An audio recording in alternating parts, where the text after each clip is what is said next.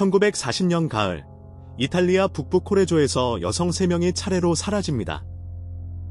셋 다 중년이었고, 셋 다 같은 이웃의 집에 들렀다가 소식이 끊겼습니다. 그런데 한동안 아무도 그것을 실종으로 보지 않았습니다. 세 사람 모두 떠나겠다고 미리 말했고, 떠난 뒤에도 소식이 왔기 때문입니다. 그 이웃의 이름은 레오나르다 친치안이었습니다. 이 사건은 흔히 시신을 어떻게 했는지로 기억됩니다. 그 부분은 여기서 다루지 않겠습니다.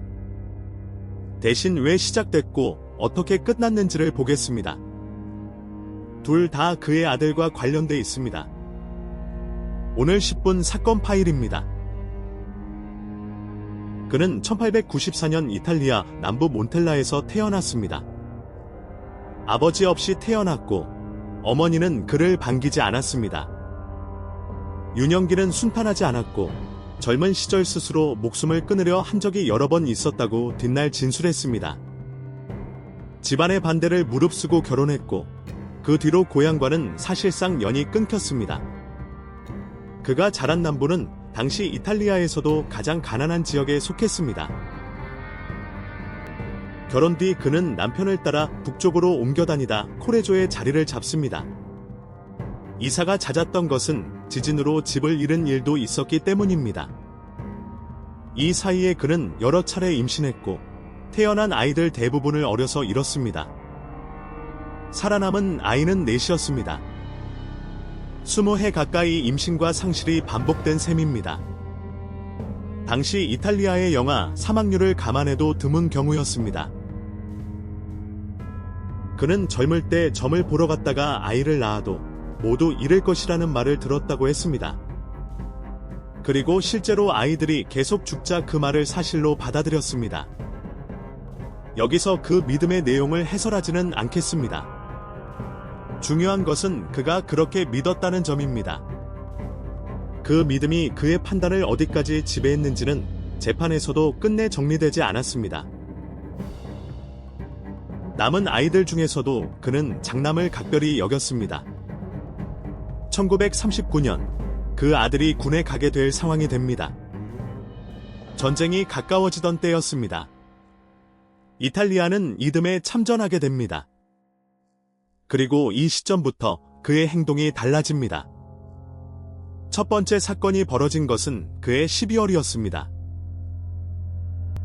코레조에서 그는 평판이 나쁘지 않았습니다. 손이 야무지고 살림을 잘한다는 소리를 들었고 점을 봐준다는 이야기도 있어 찾아오는 사람이 있었습니다. 가게를 하나 하고 있어서 오가는 사람도 많았습니다. 이웃 여성들이 집에 드나드는 것이 자연스러운 집이었습니다. 이 평판이 나중에 발각을 늦추는데 그대로 작용합니다. 그가 접근한 세 사람은 모두 혼자 지내던 중년 여성이었습니다. 한 사람은 결혼을 바라고 있었고, 한 사람은 일자리를 찾고 있었고, 한 사람은 형편이 어려워진 상태였습니다.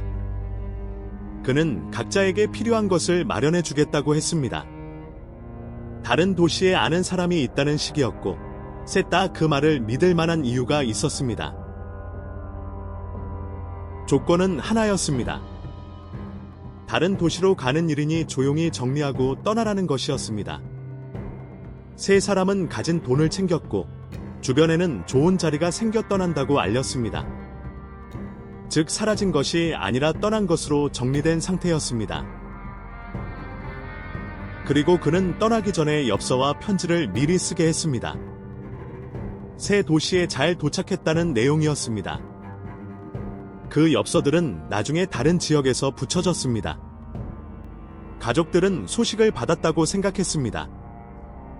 필체가 본인 것이었기 때문에 의심할 이유가 없었습니다. 이 장치 때문에 세 건 모두 실종으로 접수되기까지 시간이 걸렸습니다. 편지가 오는 동안에는 아무도 걱정하지 않았고 편지가 끊긴 뒤에도 새 생활에 바쁜 것으로 여겨졌습니다. 이 시간 동안 두 번째와 세 번째 사건이 이어집니다. 결국 경찰이 움직인 것은 세 번째 피해자의 시누이가 계속 찾아와 따졌기 때문이었습니다. 그 사람은 마지막으로 만난 상대가 누구인지 알고 있었습니다. 시기도 겹쳤습니다. 1940년 이탈리아는 전쟁에 들어간 해였습니다. 사람들이 이동했고 소식이 끊기는 일이 흔했습니다. 누군가 마을을 떠나 연락이 안 되는 것은 그 자체로 이상한 일이 아니었습니다. 우편도 늦어졌고 사람을 찾아 나설 여유가 있는 집도 많지 않았습니다. 정리하면 1939년 12월부터 1940년 9월까지 확인된 피해자는 3명입니다. 경찰이 집을 수색했습니다. 사라진 3사람의 소지품이 나왔습니다. 옷과 장신구, 그리고 신분을 알 수 있는 물건들이었습니다. 떠난 사람이 두고 갈 만한 물건이 아니었습니다. 특히 신분증과 저금 통장이 나온 것이 결정적이었습니다. 새 도시에서 일자리를 얻으러 간 사람이 그것을 두고 갈 이유는 없었습니다. 그는 처음에 전부 부인했습니다. 물건은 그들이 맡기고 간 것이라고 했습니다. 조사는 며칠간 진전이 없었습니다. 물증은 있었지만 그것만으로는 사건을 세우기 어려웠습니다. 시신이 확인되지 않은 상태였기 때문입니다. 물건을 맡아뒀다는 주장을 깰 방법이 마땅치 않았습니다. 그러다 경찰이 방향을 바꿉니다. 이 집에서 벌어진 일이라면 아들이 관련됐을 수 있다는 쪽으로 조사를 돌린 것입니다. 그러자 그는 곧바로 자백했습니다. 아들은 아무 상관이 없다는 말과 함께였습니다. 조사관들도 예상하지 못한 전환이었습니다. 그는 법정에서도 아들 이야기를 반복했습니다. 자기가 한 일은 아들을 지키기 위한 것이었다는 취지였습니다. 그 논리를 여기서 설명하지는 않겠습니다. 재판부도 받아들이지 않았습니다. 동기가 무엇이었든 3사람이 죽었다는 사실은 달라지지 않았습니다. 재판은 전쟁이 끝난 뒤인 1946년에 열렸습니다. 사건이 벌어진 지 6년 만이었습니다. 판결은 징역 30년과 정신병원 수용 3년이었습니다. 그는 형을 마치지 못하고 1970년 시설에서 뇌졸중으로 사망합니다. 76이었습니다. 형기의 절반을 넘긴 시점이었습니다. 한 가지 덧붙일 것이 있습니다. 그가 그토록 지키려 했던 아들은 실제로 전쟁에 나가지 않았고 어머니의 재판을 지켜봐야 했습니다. 그가 지키려 한 것이 무엇이었는지를 가장 잘 보여주는 대목입니다.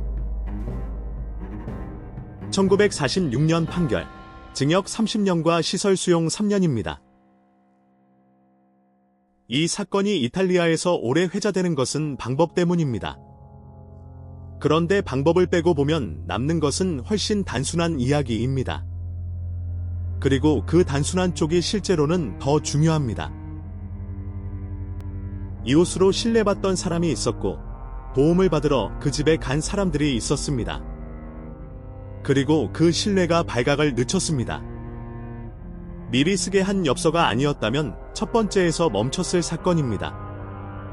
신고를 늦춘 것은 은폐 기술이 아니라 종이 몇 장이었습니다.